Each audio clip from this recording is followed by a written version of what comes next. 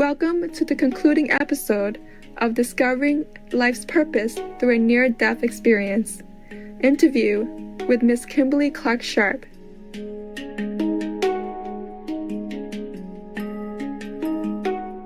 After her own near-death experience, Ms. Sharp struggled emotionally for many months as she gradually integrated this life-altering experience into her life. She later discovered that many other people also felt disoriented after their near-death experience and needed support. Thus, in 1982, she founded the Seattle International Association for Near-Death Studies, the first of its kind in the world. The Seattle International Association for Near-Death Studies, which we abbreviate to Seattle IANS, again, is one of many groups around the world.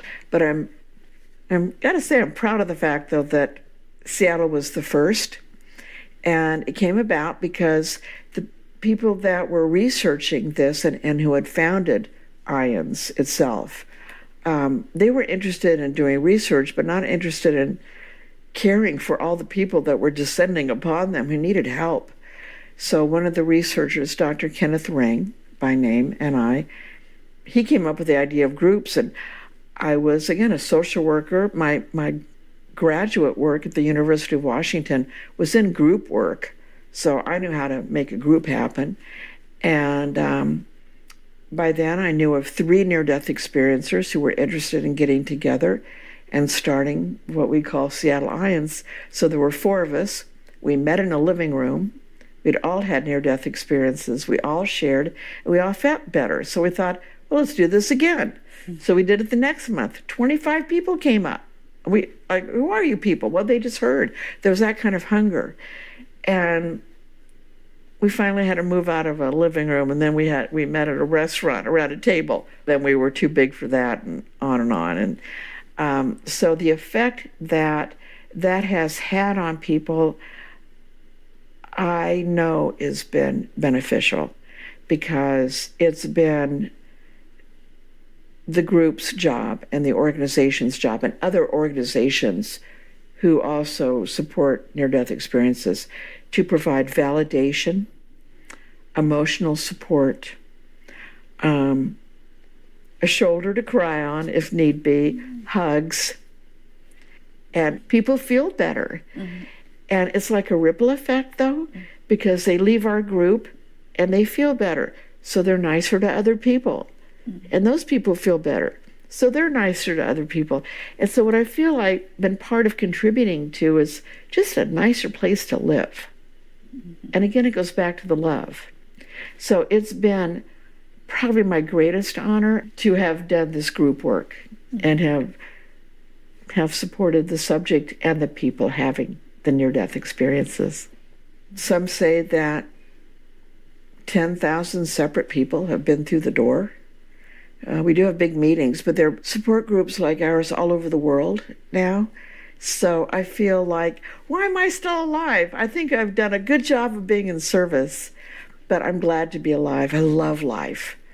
I treasure it. It's a gift. So I encourage people to be grateful, even if life is hard. Look for the love, and we'll all be okay.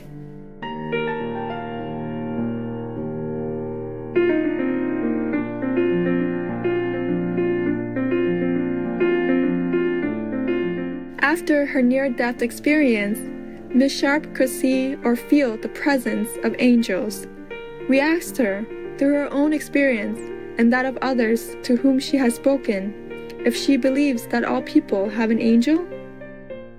Yes, everybody has what we call guardian angels. Many people I've talked to who've had a near-death experience are also greeted by a guardian angel or a guide who shows them places that are very important. But after coming back from death myself, I began to see what we call angels. How I see them, I don't have an example here, but for one, they're huge, very big, of the ones I've seen. But it's like looking at contained water. I can see their shape, but I also can see through them. And I see them in places where comfort is needed. hospitals, libraries. The last time I saw an angel with my eyeballs, now I sense them, but for a long time, years and years and years, I saw them. Was at a piano concert with a friend, and there was a big angel on the piano having the best time. And I turned to my friend and said, "Oh, there's an angel on the piano." And when I turned back, I didn't see the angel any longer. And I have seen as many as 25 around me. So sometimes angels come to us because we need comfort. Sometimes we need guidance. Sometimes we need to be tripped and fall so that we learn how to get up on our own. They have assignments. It's fascinating. I love it.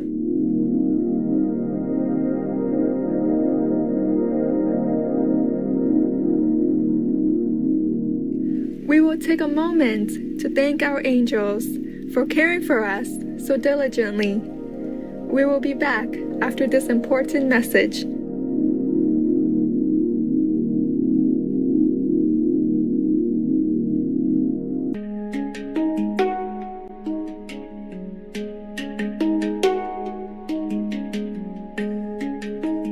Welcome back to our program. After her near-death experience, Ms. Sharp realized that life continues after we shed our body. As a result, she has no fear of death. This has helped her in her extensive work with dying people. So this is where I get cheerful, to tell you the truth, because I love working with dying people. I love it because it's the end of their life. It's a holy time for them, and to be a part of that is such an honor. But my contribution is that I have no fear of death. I know they're just going to another place. They're not here, but they're not gone. I don't know how to describe it, but to be with someone and not be afraid of death myself, dying people know that. And so it's a comfort that my near-death experience has provided for me that I can pass on to other people. And that's the biggest honor that I have, is working with people at the end of their lives and bringing them peace and comfort and hope for their families, that they're going to be together again.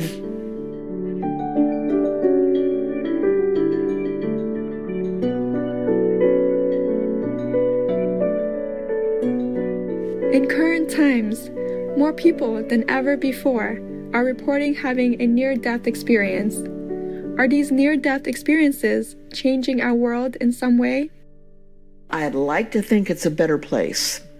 And I want to believe that at some point the darkness that is on earth, that causes wars, that causes crime, that causes scary situations for others, that eventually more and more people will come back from near-death experience so full of love that it will affect the darkness. It's like bringing the light in.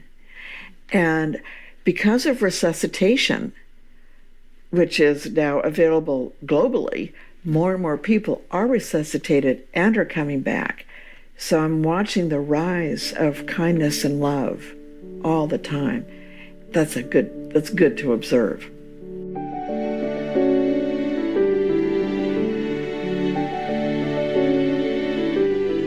When Ms. Sharp had her near-death experience, she learned that the purpose of her life on earth was to be of service to others. How can each of us learn and live according to our life's purpose?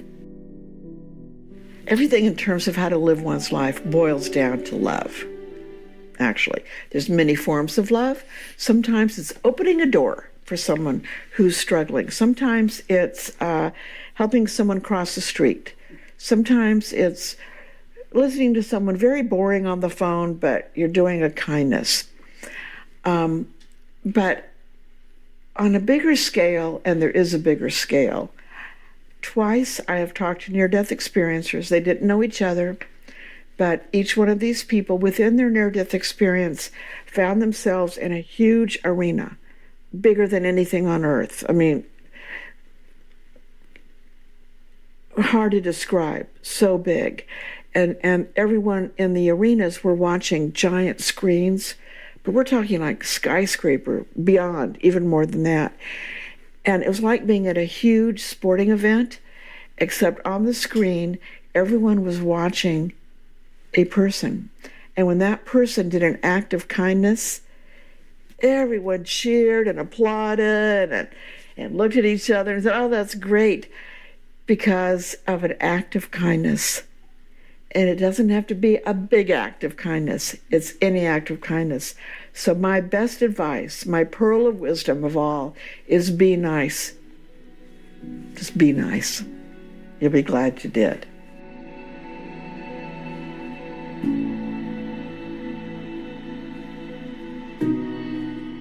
At the conclusion of the interview, Ms. Sharp shared her thoughts about Supreme Master Ching Hai and our international association.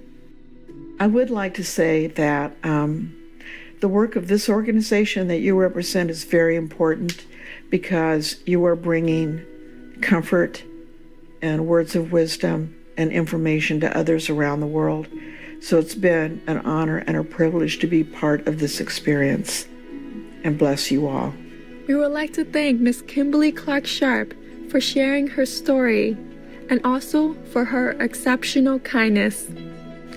For more information about Ms. Kimberly Clark Sharp's work, please visit seattleiands.org.